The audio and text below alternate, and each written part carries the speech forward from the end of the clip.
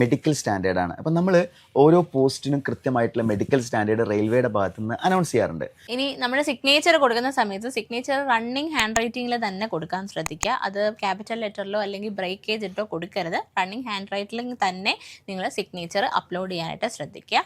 RRB ജെയുടെ എക്സാംസിന് apply ചെയ്യുന്ന സമയത്ത് നമ്മൾ ചില മിസ്റ്റേക്സുകളൊക്കെ അറിയാണ്ട് വന്നു പോകാറുണ്ട്. പക്ഷേ ചില മിസ്റ്റേക്സുകൾ ഒരുപക്ഷെ നിങ്ങളുടെ സെലക്ഷനെ തന്നെ ബാധിക്കാറുണ്ട്. അതായത് നിങ്ങളെ ഈ ഒരു പ്രോസസ്സിൽ നിന്ന് നിങ്ങൾ എക്സാം ഒക്കെ ക്ലിയർ ചെയ്തിട്ടുണ്ടാവും, ഡോക്യുമെന്റ് വെരിഫിക്കേഷനിൽ ഔട്ടായി പോകാനുള്ള സാധ്യതയുണ്ട്. അപ്പോൾ അത്തരത്തിൽ റിജക്ഷൻ വരാൻ സാധ്യതയുള്ള വിഷയങ്ങളെക്കുറിച്ചാണ് നമ്മൾ ഇന്ന് ചർച്ച ചെയ്യാൻ പോകുന്നത്. അപ്പോൾ ഇങ്ങനെയുള്ള ചെറിയ മിസ്റ്റേക്സ് ആയിരിക്കും ചിലപ്പോൾ നമ്മൾ ഇത്രയും കഷ്ടപ്പെട്ട് പഠിച്ച് 2 ടയറും ക്ലിയർ ആയി കഴിഞ്ഞിട്ട് നമുക്ക് റിജക്ഷൻ ഉണ്ടാക്കുന്നത് വെച്ചാൽ അപ്പോൾ ആദ്യം തന്നെ ഈ കാര്യങ്ങളൊക്കെ ഒന്ന് ശ്രദ്ധിക്കണം. അതിൽ ആദ്യത്തെ കാര്യം എന്ന് പറഞ്ഞു കഴിഞ്ഞാൽ നമ്മൾ കൊടുക്കുന്ന നെയിം അല്ലെങ്കിൽ നമ്മൾ കൊടുക്കുന്ന ഡീറ്റെയിൽസ് എല്ലാം നമ്മുടെ SSLC അല്ലെങ്കിൽ മട്രിക്കുലേഷൻ സർട്ടിഫിക്കറ്റിനകത്തുള്ള അതേ ഡീറ്റെയിൽസ് ആയിരിക്കണം. ഒരു വ്യത്യാസം ഉണ്ടാവാൻ പാടില്ല. പലപ്പോഴും ചില ആൾക്കാർ വിചാരിക്കലുണ്ട് ബർത്ത് സർട്ടിഫിക്കറ്റ് ഉള്ളത് മതിയോ അല്ലെങ്കിൽ മറ്റേതെങ്കിലും ആധാർ കാർഡിലുള്ള പോലെ മതിയോ. അങ്ങനെ ഒന്നുമല്ല. നിങ്ങളുടെ പ്രൈമറി ഡോക്യുമെൻ്റ് ആയിട്ട് അവർ ക്രോസ് വെരിഫൈ ചെയ്യാൻ പോകുന്നത് SSLC ബുക്കിൽ എങ്ങനെയാണോ ഉള്ളത് അതേപോലെ നിങ്ങൾ എന്ത് ചെയ്യുക, നിങ്ങൾ ഈ പറഞ്ഞിരിക്കുന്ന എക്സാമിന് അപ്ലൈ ചെയ്യുന്ന സമയത്തും കൊടുക്കുക. അതിൽ യാതൊരു തരത്തിലുള്ള ചേഞ്ചസ് നിങ്ങൾ വരുത്തരുത്. ഈവൻ സ്പെല്ലിംഗ് ആണെങ്കിലും അതേപോലെ തന്നെ സ്പേസ് ഇടുന്നതാണെങ്കിലും ഒക്കെ ആസ് പെർ SSLC എങ്ങനെയാണോ അത് തന്നെ ചെയ്യുക. അപ്പോൾ അതാണ് ഒന്നാമതായിട്ട് നിങ്ങൾ ശ്രദ്ധിക്കേണ്ട കാര്യം. പിന്നെ അതിനുശേഷം രണ്ടാമത്തെ കാര്യം എന്ന് വെച്ച് കഴിഞ്ഞാൽ ഡിപ്ലോമ പഠിച്ചുകൊണ്ടിരിക്കുന്നത് റിസൾട്ട് അവൈറ്റിംഗ് ആയിട്ടുള്ള അതുപോലെ BTech അവൈറ്റിംഗ് ആയിട്ടുള്ള ആൾക്കാർ ചിലപ്പം ഇത് അപ്ലൈ ചെയ്യാറുണ്ട്. പക്ഷേ നോട്ടിഫിക്കേഷൻ വരുന്ന സമയത്ത് നിങ്ങൾ ഡിഗ്രി പൊസസ് ചെയ്യണം എന്നുള്ളതാണ് ഇതിൽ നിന്ന് മനസ്സിലാക്കേണ്ടത്. ഇനി നിങ്ങൾ ഡിഗ്രി പൊസസ് ചെയ്യാതെയാണ് ഇത് അപ്ലൈ ചെയ്യുന്നതെങ്കിൽ റിജക്റ്റഡ് ആയിപ്പോകും. ഓക്കെ, അപ്പോൾ ആ ഒരു കാര്യം പ്രത്യേകം ശ്രദ്ധിക്കുക. പിന്നെ മൂന്നാമതായിട്ട് ആഡ് ചെയ്യാനുള്ളത് മെഡിക്കൽ സ്റ്റാൻഡേർഡാണ്. അപ്പം നമ്മൾ ഓരോ പോസ്റ്റിനും കൃത്യമായിട്ടുള്ള മെഡിക്കൽ സ്റ്റാൻഡേർഡ് റെയിൽവേയുടെ ഭാഗത്തു നിന്ന് അനൗൺസ് ചെയ്യാറുണ്ട്.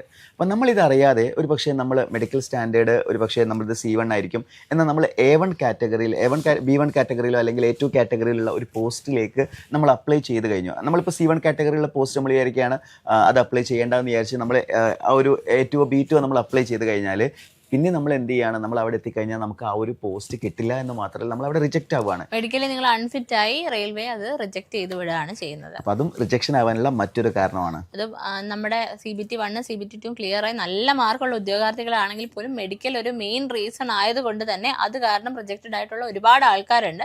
സോ മെഡിക്കലി നിങ്ങൾ ഫിറ്റ് ആണോ ആ പർട്ടിക്കുലർ പോസ്റ്റിലേക്ക് എന്ന് മനസ്സിലാക്കിയതിന് ശേഷം പോസ്റ്റ് പ്രിഫറൻസ് കൊടുക്കാനായിട്ട് ശ്രദ്ധിക്കുക. എസ്പെഷ്യലി സ്പെക്സ് യൂസ് ചെയ്യുന്നവരാണ് ഈ ഒരു കാര്യത്തിൽ കൂടുതലായിട്ടും ശ്രദ്ധിക്കേണ്ടത്. ഓക്കെ, വേറെ ഏതൊക്കെയാണ് റിജക്ഷൻ വരാൻ സാധ്യതയുള്ളത്? ഡേറ്റ് ഓഫ് ബർത്തിൻ്റെ കാര്യം എല്ലാം ഓൾറെഡി നമ്മൾ മറ്റേ SSLCയുടെ കാര്യത്തിൽ പറഞ്ഞത്. ഡേറ്റ് ഓഫ് ബർത്ത് ഒക്കെ ശ്രദ്ധിക്കുക. നമ്മുടെ ഡേറ്റ് ഓഫ് ബർത്ത് SSLCയിൽ കൊടുത്തിരിക്കുന്ന അതേ സെയിം ഡേറ്റ് ഓഫ് ബർത്ത് തന്നെ കൊടുക്കണം.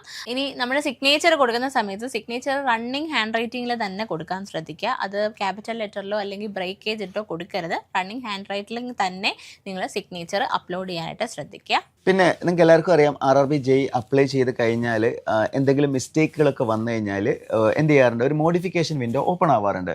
പക്ഷേ ഈ മോഡിഫിക്കേഷൻ വിൻഡോയിലും ചേഞ്ച് ചെയ്യാൻ പറ്റാത്ത ചില കാര്യങ്ങളുണ്ട്. ഉദാഹരണത്തിന് നിങ്ങൾ ചൂസ് ചെയ്തിട്ടുള്ള RRB, അതേപോലെ തന്നെ നിങ്ങൾ അപ്ലൈ ചെയ്ത സമയത്ത് കൊടുത്ത ഇമെയിൽ ID, ഫോൺ നമ്പർ, നിങ്ങളുടെ നെയിം, അതൊന്നും ഒരിക്കലും എന്ത് ചെയ്യാൻ പറ്റില്ല, നിങ്ങൾക്ക് ചേഞ്ച് ചെയ്യാൻ പറ്റില്ല. അതായത് ക്രിയേറ്റ് അക്കൗണ്ട് ഫോമിൽ നിങ്ങൾ കൊടുക്കുന്ന ഇത്തരം കാര്യങ്ങളൊന്നും ചേഞ്ച് ചെയ്യാൻ പറ്റില്ല. പക്ഷേ ബാക്കിയുള്ള കാര്യങ്ങൾ ഇപ്പോൾ ഫാദേഴ്സ് നെയിമോ അല്ലെങ്കിൽ മദേഴ്സ് നെയിമോ അല്ലെങ്കിൽ അങ്ങനെയുള്ള കാര്യങ്ങളിലൊക്കെ നിങ്ങൾക്ക് എന്ത് ചെയ്യാം, ഏതെങ്കിലും തരത്തിലുള്ള കറക്ഷൻസ് ഉണ്ടെങ്കിൽ ആ ഒരു മോഡിഫിക്കേഷൻ വിൻഡോ ടൈമിൽ നിങ്ങൾക്ക് എന്ത് ചെയ്യാവുന്നതാണ്, കറക്റ്റ് ചെയ്യാവുന്നതാണ്. പിന്നെ സാർ നേരത്തെ പറഞ്ഞു നമുക്ക് ഒരൊറ്റ RRBയിലേക്ക് മാത്രമേ അപ്ലൈ ചെയ്യാൻ പറ്റൂ, ഒരു സോണിലേക്ക് മാത്രമേ അപ്ലൈ ചെയ്യാൻ പറ്റുള്ളൂ. ഒന്നിൽ കൂടുതൽ സോൺസിലേക്ക് അപ്ലൈ ചെയ്യുന്നത് നിങ്ങൾ റിജക്ഷനിലേക്ക് പോകും. കാര്യം എന്താണെന്ന് വെച്ച് കഴിഞ്ഞാൽ അത് മൾട്ടിപ്പിൾ അപ്ലിക്കേഷൻ രണ്ടിടത്തും നിങ്ങൾ കൊടുത്തു കഴിഞ്ഞാൽ സ്വാഭാവികമായിട്ട് നിങ്ങൾക്കറിയാം, നമ്മളിപ്പോൾ RRBയുടെ ഇപ്പോൾ നിങ്ങൾ ആലോചിക്കുകയാണ്, നമ്മൾ ചെന്നൈ സോണിൽ കൊടുക്കുന്നുണ്ടെങ്കിലും ട്രിവാൻഡ്രം സോണിൽ കൊടുക്കുന്നുണ്ടെങ്കിലും ഒഫീഷ്യലി നമ്മൾ കൊടുക്കുന്നത് RRBയുടെ ഒരു സെൻട്രലൈസ്ഡ് വെബ്സൈറ്റിലേക്കാണ് പോകുന്നത്. നമ്മളിപ്പോൾ ഡിഫറെൻറ്റ് സോൺസ് ഉണ്ടെങ്കിലും നമ്മൾ അപ്ലൈ ചെയ്യുന്നത് RRB എന്ന് പറയുന്ന റെയിൽവേ റിക്രൂട്ട്മെൻറ്റ് ബോർഡിൻ്റെ ഒഫീഷ്യൽ സൈറ്റിലേക്കാണ്. അപ്പോൾ മൾട്ടിപ്പിൾ അപ്ലിക്കേഷൻ വന്നു കഴിഞ്ഞാൽ ഉറപ്പായിട്ടും അത് റിജക്ഷൻ തന്നെയാണ്. ഒരുപക്ഷെ പിന്നീട് എക്സാം എഴുതാൻ പോലും നിങ്ങൾക്ക് പറ്റാൻ കഴിയാത്ത രീതിയിൽ നിങ്ങൾക്ക് ബാൻ കിട്ടാൻ പോലും സാധ്യതയുണ്ട്. ഇനി പ്രത്യേകം ശ്രദ്ധിക്കേണ്ട വേറൊരു കാര്യം, നമ്മുടെ നോൺ ക്രീമി ലെയർ അല്ലെങ്കിൽ നിങ്ങൾക്ക് എന്തെങ്കിലും റിസർവേഷൻ കാറ്റഗറിയിലുള്ള ആൾക്കാരാണെങ്കിൽ അതിന് നിങ്ങൾ അപ്ലൈ ചെയ്യുന്ന സമയത്ത് വാലിഡ് ആയിട്ടുള്ള ഒരു സർട്ടിഫിക്കറ്റ് ആവശ്യമാണ്. അപ്പോൾ അതിനെക്കുറിച്ച് ഒന്നുകൂടി ഇലാബറേറ്റ് ചെയ്ത് പറയുകയാണെങ്കിൽ ഇപ്പോൾ നിങ്ങൾ ഉദാഹരണത്തിന് നിങ്ങളുടെ കയ്യിൽ ഒരു OBC നോൺ ക്രീമിലെസ് സർട്ടിഫിക്കറ്റ് നിങ്ങൾ എടുത്തു വെച്ചിട്ട് ഉള്ളതുണ്ടെന്ന് വിചാരിക്കുക. പക്ഷേ അതെന്താണ്, അത് എക്സ്പയർഡ് ആയിട്ടുള്ള ഒരു സർട്ടിഫിക്കറ്റ് ആണ്. അപ്പോൾ നിങ്ങൾ വിചാരിക്കുകയാണ് നിങ്ങളുടെ കയ്യിൽ OBC നോൺ ക്രീമിലെസ് സർട്ടിഫിക്കറ്റ് ഉണ്ട് എന്ന് വിചാരിച്ച് നിങ്ങൾ എന്ത് ചെയ്യാണ്, അപ്ലൈ ചെയ്തു. അപ്ലൈ ചെയ്യുമ്പോൾ സ്വാഭാവികമായിട്ട് സർട്ടിഫിക്കറ്റ് നമ്പറോ കാര്യങ്ങളൊക്കെ കൊടുത്ത് നിങ്ങൾ അപ്ലിക്കേഷൻ കഴിഞ്ഞതിന് ശേഷമാണ് പിന്നീടാണ് നിങ്ങൾ റിയലൈസ് ചെയ്യുന്നത് ഇത് ഇൻവാലിഡ് ആയിട്ടുള്ള അല്ലെങ്കിൽ ഇതിൻ്റെ വാലിഡിറ്റി കഴിഞ്ഞ ഒരു നോൺ ക്രീമിലെസ് സർട്ടിഫിക്കറ്റ് ആണെന്ന് അറിഞ്ഞു കഴിഞ്ഞാൽ പിന്നീട് പിന്നെ ഡോക്യുമെന്റ് വെരിഫിക്കേഷന് പോകുമ്പോൾ നിങ്ങൾ റിജക്റ്റ് ആവാനുള്ള സാധ്യതയുണ്ട്. അതായത് നിങ്ങളിപ്പോൾ വിചാരിക്കുകയാണെന്ന് നമ്മൾ പുതിയതൊരെണ്ണം എടുത്താൽ മതിയൊന്ന് പോരാ. അപ്ലിക്കേഷൻ ഡേറ്റ് എൻഡ് ചെയ്യുന്നതിൻ്റെ മുന്നേയുള്ള OBC നോൺ ക്രീമിലെസ് സർട്ടിഫിക്കറ്റ് മസ്റ്റാണ്. അപ്പോൾ അത് കഴിഞ്ഞൊരു 1 ഇയറിൻ്റെ ഉള്ളിലുള്ള സർട്ടിഫിക്കറ്റ് ആണെങ്കിൽ ഒരു ഇഷ്യൂ ഇല്ല. ഇപ്പോൾ ആ സർട്ടിഫിക്കറ്റ് കുറച്ച് കഴിഞ്ഞ് ഇപ്പോൾ ഡോക്യുമെന്റ് വെരിഫിക്കേഷൻ ആകുമ്പോഴേക്ക് ഇൻവാലിഡ് ആയാലും കുഴപ്പമൊന്നുമില്ല. അപ്ലിക്കേഷൻ ടൈമിൽ അതെന്തായിരിക്കണം, വാലിഡ് ആയിരിക്കണം. നിങ്ങൾ അപ്ലൈ ചെയ്യുന്ന സമയത്ത് നിങ്ങൾ ആ കൊടുക്കുന്ന നമ്പർ, അതായത് ആ കാറ്റഗറി റിസർവേഷൻ്റെ ആ ഒരു നമ്പർ കൊടുക്കുന്നത് വാലിഡ് ആയിട്ടുള്ള സർട്ടിഫിക്കറ്റിൻ്റെ ആയിരിക്കണം.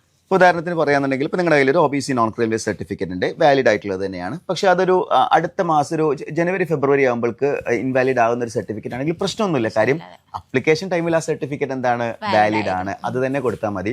അതേസമയം നിങ്ങളിപ്പോൾ ഇൻവാലിഡ് ആയിട്ടുള്ളത് അപ്ലൈ ചെയ്തിട്ട് പിന്നെ അടുത്ത ഒരു അപ്ലിക്കേഷനൊക്കെ കഴിഞ്ഞ് 2 മാസം കഴിഞ്ഞിട്ട് പുതിയൊരു സർട്ടിഫിക്കറ്റോ അല്ലെങ്കിൽ ഡോക്യുമെന്റ് വെരിഫിക്കേഷൻ ടൈമിൽ പുതിയൊരു സർട്ടിഫിക്കറ്റോ ഒക്കെ ആയിട്ട് പോയി കഴിഞ്ഞാൽ കുറച്ചധികം കോംപ്ലിക്കേഷൻസ് ആണ്, റിജക്ഷൻ വരാൻ സാധ്യതയുണ്ട്. മേ ബി അതിൽ നിങ്ങൾക്ക് എന്ത് ചെയ്യാൻ പറ്റുമായിരിക്കും, ലീഗലി ഒക്കെ മൂവ് ചെയ്യാൻ പറ്റുമായിരിക്കും. പക്ഷേ സ്റ്റിൽ അത് റിജക്ഷനുള്ള സാധ്യതയാണ് കൂടുതലുള്ളത്.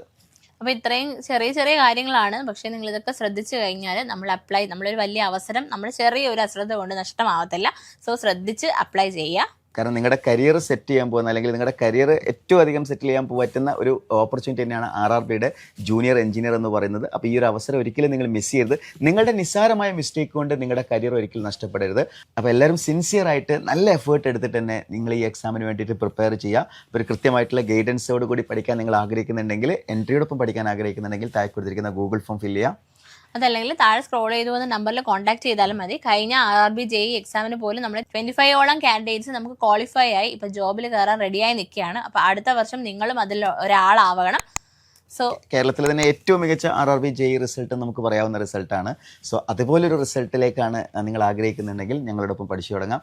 തീർച്ചയായിട്ടും ഏറ്റവും എക്സ്പേർട്ട് ആയിട്ടുള്ള മെന്റർഷിപ്പോട് കൂടിയും ഏറ്റവും മികച്ച അധ്യാപകരുടെ ക്ലാസ്സുകളായിരിക്കും ലഭിക്കാൻ പോകുന്നത്.